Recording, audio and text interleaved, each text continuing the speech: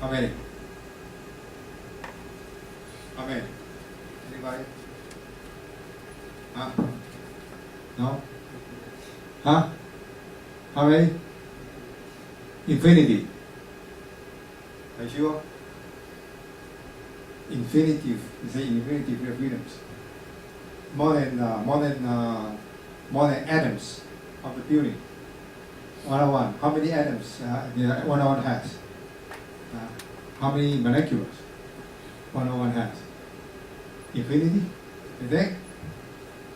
No? Then why you have an infinity number of freedoms for 101?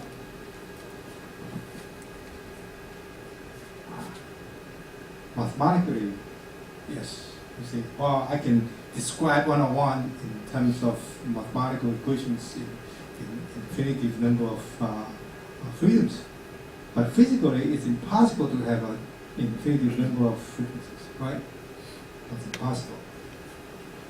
So to describe a building, a system like 101, normally, from engineering point of view, if we concern the earthquake frequencies, we'll look at only those frequencies more than, say, 15 hertz. Right? Now, how many frequencies of the 101 are less than 15 hertz?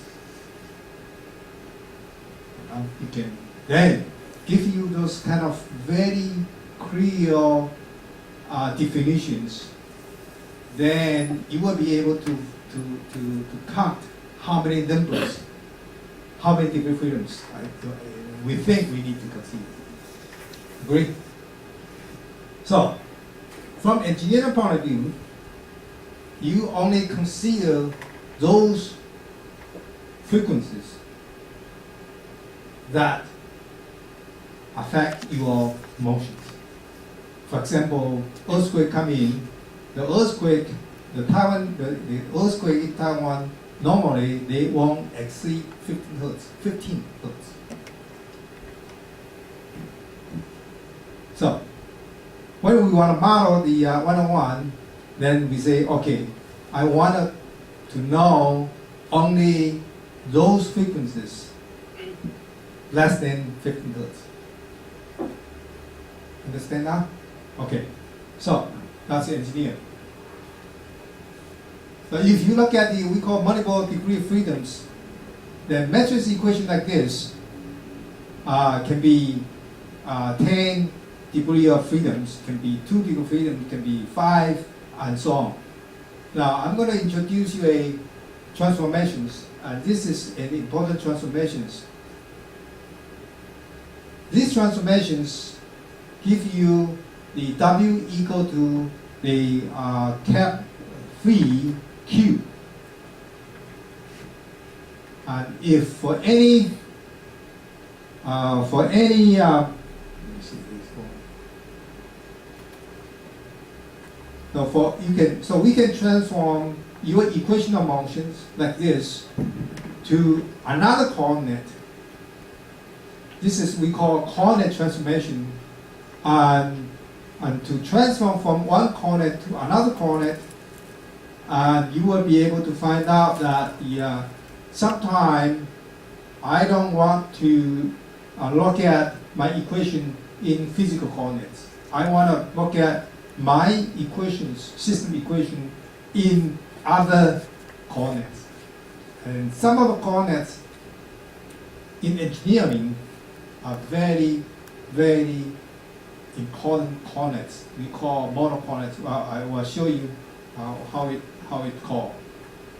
So from here, we transform the this matrix equation of motion to this script M. See, I write a script M and Q, and then script C, Q dot, and plus K, script K, Q. And so I transform my coordinate from W to Q.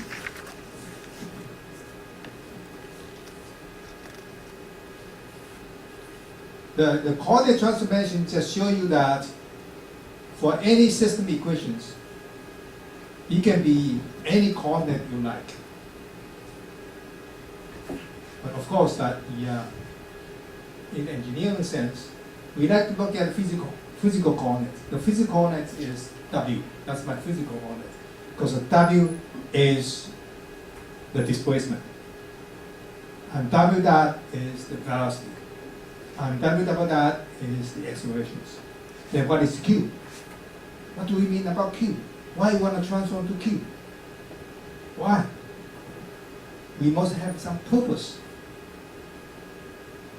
Why we want to transform from one coordinate to another coordinate? If you transform to another coordinate which you don't have any feeling, it's no good, right?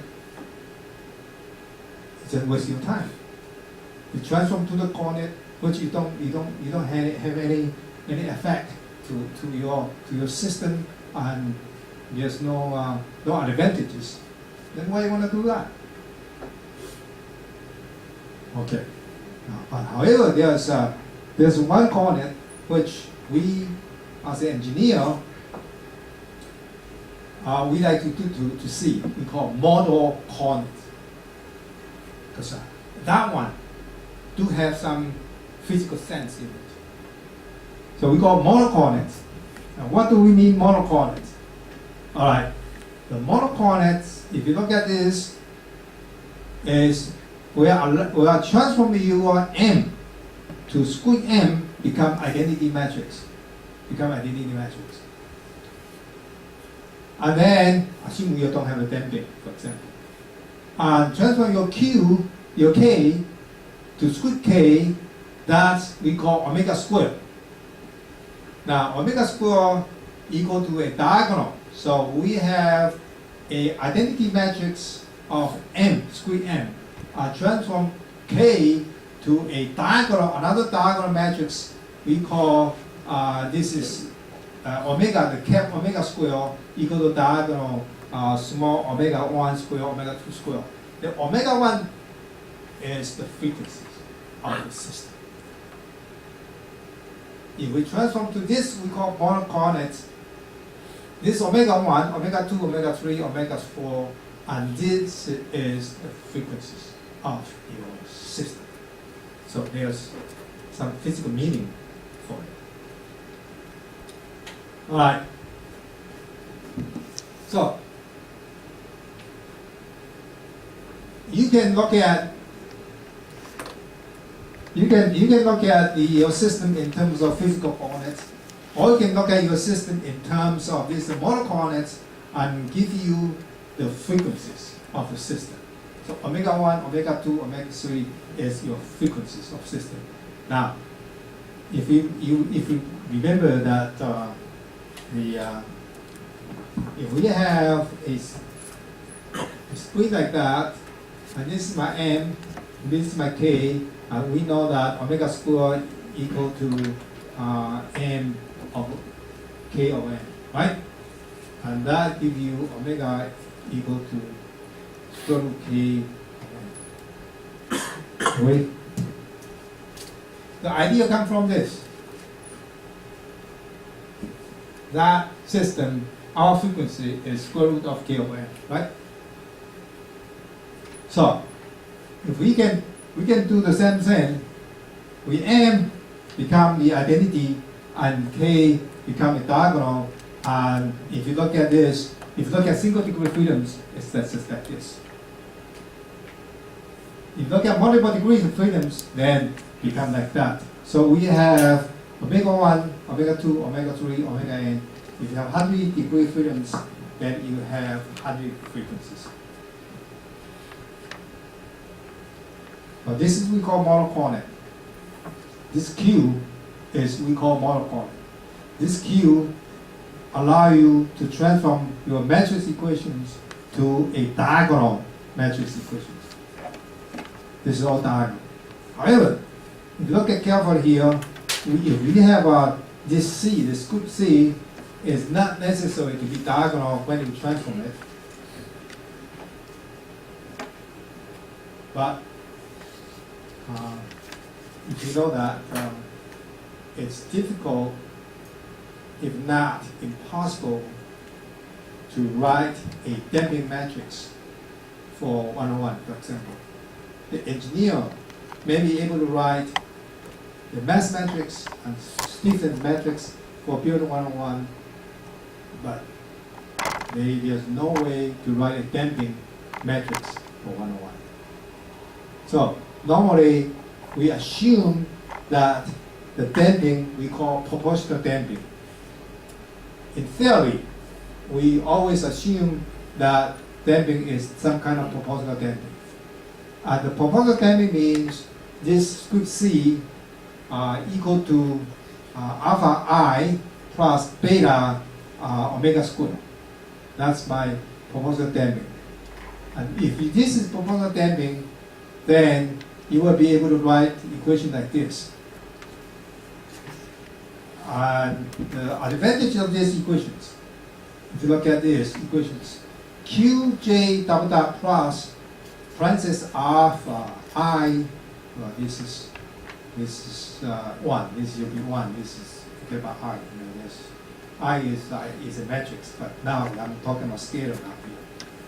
Plus beta omega z square and parenthesis Qj dot plus omega square Qj.